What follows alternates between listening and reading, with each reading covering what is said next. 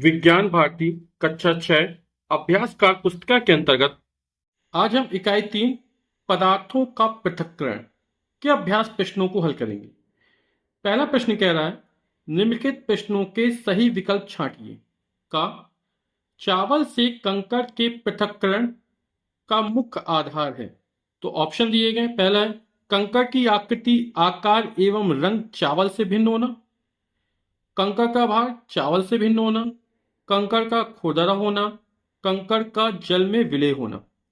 तो आप लोग समझ ही गए होंगे इसका जो पहला विकल्प है वो हमारा सही है। तो चावल में जो कंकड़ मिट्टी आदि मिली रहती है तो क्या आकार अथवा रंग, तो आकृति आकार एवं रंग भिन्न होने के कारण हम उसको बीन का अलग कर सकते हैं। तलछटीकरण अथवा निथारने की क्रिया द्वारा ठोस तथा द्रव के उन्हीं कणों के घटकों को पृथक करते हैं जो ऑप्शन दिए गए, पहला है जल में घुलनशील हो, दूसरा है जल में अघुलनशील एवं तली में बैठ जाते हो, तीसरा है जल की सतह पर तैरते हो और चौथा जल से कम भारी हो। तो यहाँ पे जो दूसरा ऑप्शन है ये बिल्कुल सही दिया गया है कि जल में अघुलनशील एवं तली में बैठ जाते हो। आप लोग जानते ही हैं कि तलछटी अथवा निथारने की क्रिया द्वारा ठोस तथा द्रव के उन्हीं मिश्रणों के घटकों को पृथक किया जा सकता है जो द्रव में अघुलनशील हो तथा भारी होने के कारण उसकी पेंदी पर बैठ जाते हो। गाय दूध या दही मथने पर मक्खन के कण पृथक होकर ऊपर आ जाते हैं, इसका प्रमुख कारण है। तो यहां पे दूध के कणों का हल्का होना भी हो सकता है और मक्खन के कणों का हल्का होना भी हो सकता है, क्योंकि जब केंद्रण की क्रिया होती है तो जो दूध के भारी कण होते हैं वो तली की ओर चले जाते हैं तथा जो हल्के कण जिनको हम बोलते हैं मक्खन, है ना, वो बर्तन में ऊपर आ जाते हैं। तो यहाँ पर दूध और दही दोनों आ गया, इसलिए हम यहाँ पे मक्खन के कणों का हल्का होना ऑप्शन सही मान लेंगे। फिर दूसरा प्रश्न, रिक्त स्थानों की पूर्ति कीजिए में अंतर के कारण चालना संभव हो पाता है। तो चालना संभव क्यों हो पाता है? तो जो भिन्न भिन्न आकार के घटक होते हैं उनके आकार में अंतर होता है ना, तो आकार में अंतर के कारण चालना संभव हो पाता है। तो यहां पर लिख देंगे आकार। जल से बालू पृथक करने की सुगम विधि और निथारना है। तो आप जानते हैं कि अभी चर्चा की थी कौन सी, तलछटीकरण। फिर जल वाष्प का द्रव में बदलना, तो जल वाष्प का द्रव में जो बदलता है ना, उसको बोलते हैं संघनन। पृथककारी कीप की सहायता से दो या दो से अधिक द्रव, तो जो द्रव मिलते नहीं यानी अमिश्रणी द्रव को पृथक किया जा सकता है। तो यहां पे आ जाएगा अमिश्रणी द्रव। शुद्ध पदार्थ का संगठन जो होता है वो कैसा होता है? निश्चित होता है। तो यहां पर आ जाएगा खाली स्थान पे निश्चित। फिर अगला क्वेश्चन तीसरा, स्तंभ का तथा स्तंभ खा को सुमेलित कीजिए। स्तंभ का और स्तंभ खा को सुमेलित करना, जैसे संघनन। तो अभी संघनन क्या था? जो जल वाष्प के कण थे वो ठंडे होकर द्रव में बदल जाते हैं, तो जल वाष्प का ठंडा होकर जल में बदलना। तो यहां पर संघनन में ये वाला ऑप्शन हमारा मिलान हो जाएगा हमारा। फिर अब केंद्रण की प्रक्रिया में दूध या दही को मथते हैं, है ना, तो दही को मथ कर मक्खन निकालना, तो अब केंद्रण में चला जाएगा ये।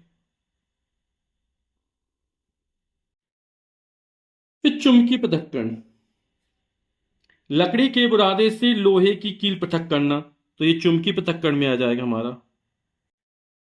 फिर क्रोमेटोग्राफी, किसी मिश्रण के अवयवों को अलग अलग करने की तकनीकी जो होती है वो क्रोमेटोग्राफी कहलाती है। तो ये हो जाएगा हमारा। ऊर्ध्वपातन, ये हमारा हो जाएगा कपूर का जलकर गैस में बदलना।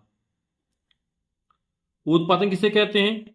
जब पदार्थों को गर्म किया जाता है तो ठोस पदार्थ बिना द्रव अवस्था में बदले सीधे गैस अवस्था में बदल जाते हैं, तो ऐसे पदार्थों को ऊर्ध्वपातित पदार्थ कहते हैं और इस क्रिया को ऊर्ध्वपातन कहते हैं। तो कपूर हुआ, नौशादार हुआ, नेपथिलीन हुआ, ये क्या होते हैं?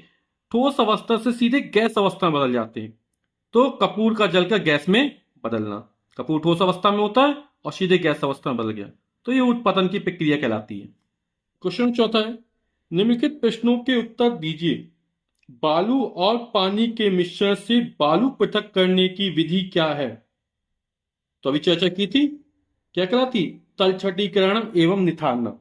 क्रोमेटोग्राफी विधि द्वारा नीली स्याही की पट्टी का विभिन्न रंगों की पट्टी में विभक्त होने का प्रमुख कारण क्या है?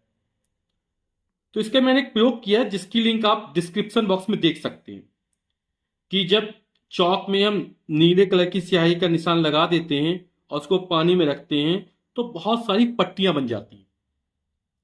अब होता ऐसा क्यों विभिन्न रंग की पट्टी बन जाती है? तो स्याही में जो उपस्थित विभिन्न रंगों के बड़े कण होते हैं वे जब चौक के छिद्रों के माध्यम से निकलते हैं तो छोटे कण क्या होते हैं, जल्दी निकल जाते हैं छिद्रों में से, और बड़े कण को पहुंचने में क्या लगता है, टाइम लगता है। जिससे क्या होता है, यह मिश्रण घटक समय के साथ साथ अलग हो जाता है। तो स्याही में उपस्थित विभिन्न रंगों के बड़े कण चौक में छिद्रों के माध्यम से छोटे कणों की तुलना में अधिक धीरे धीरे आगे बढ़ते हैं। प्रभाव यह होता है कि मिश्रण के घटक समय के साथ साथ अलग हो जाते हैं। अगला प्रश्न है, बालू एवं जल का मिश्रण विषमांगी मिश्रण क्यों कहलाता है? हम जानते हैं मिश्रण दो प्रकार का होता है, समांगी मिश्रण और विषमांगी मिश्रण। तो जो विषमांगी मिश्रण होता है उसमें मिश्रण में जो अवयव होते हैं उनको अलग अलग देखा जा सकता है। तो यहाँ पे बालू एवं जल का जो मिश्रण होता है उसमें बालू और जल दोनों अलग अलग देखे जा सकते हैं, आपको समझ में आते हैं। इसलिए ये मिश्रण जो होता है वो विषमांगी मिश्रण कहलाता है। तो उत्तर क्या हो जाए, क्योंकि मिश्रण में दोनों अवयवों बालू एवं जल को अलग अलग देखा जा सकता है।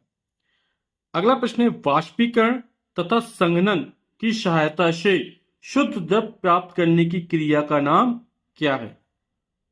तो आप लोगों ने किताब में पढ़ा होगा कि किसी विलयन से वाष्पीकरण और संघनन विधि द्वारा शुद्ध द्रव प्राप्त करने की जो प्रक्रिया होती है उसको आशवन या डिस्टिलेशन कहते हैं।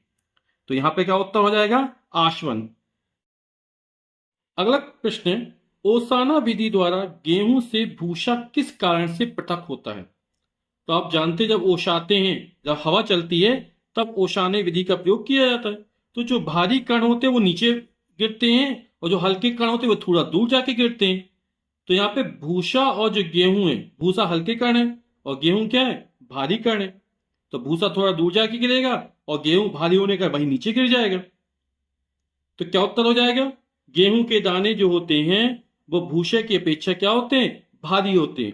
क्या बोलते हैं, भूसा के जो कण होते हैं वो गेहूं की दाने की अपेक्षा हल्के होते हैं।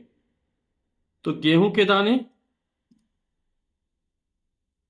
भूसा की अपेक्षा भारी होने के कारण।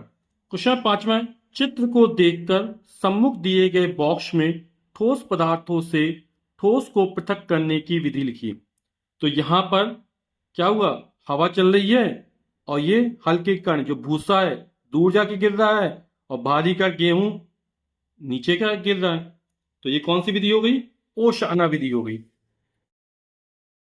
अब यहां पर जो प्रक्रिया वो थ्रेशिंग प्रक्रिया है, तो यहां पर लिख देंगे थ्रेशिंग। ये दादी अम्मा बीनने का काम कर रही हैं, यहां पर ये बीनने की प्रक्रिया हो जाएगी, तो बीनना आ जाएगा यहां पर। और यहां पर ये चालने की प्रक्रिया चल रही है, तो यहां पर हो जाएगा चालना। तो अगला प्रश्न कह रहा है, निम्नलिखित संकेतों की सहायता से दी गई वर्ग पहेली को हल कीजिए। तो बाएं से दाएं देखते हैं। पहला, द्रव का वाष्प में परिवर्तित होना, नंबर 1। तो द्रव का वाष्प में परिवर्तित होना वाष्पन कहलाता है, तो यहां पे वाष्पन लिख देंगे। फिर दूसरा है, सब्जियों के रस से गूदे व बीजों को पृथक करना। तो सब्जियों का रस है और गूदा बीजा अविलेय पदार्थ हो गए, तो छानने की प्रक्रिया होगी, तो नंबर दूसरे में छानना आ जाएगा। फिर तीसरा है, बालू एवं पानी के मिश्रण से बालू को पृथक करने की विधि। तो आप जानते हैं ये विधि कौन सी कहलाती, तल छटीकरण कहलाता है यहां पर। तो तीसरे नंबर पर लिख दे तल छटीकरण, तल छटीकरण। फिर चौथा है, यहां भरा जाएगा बालू एवं पानी का मिश्रण।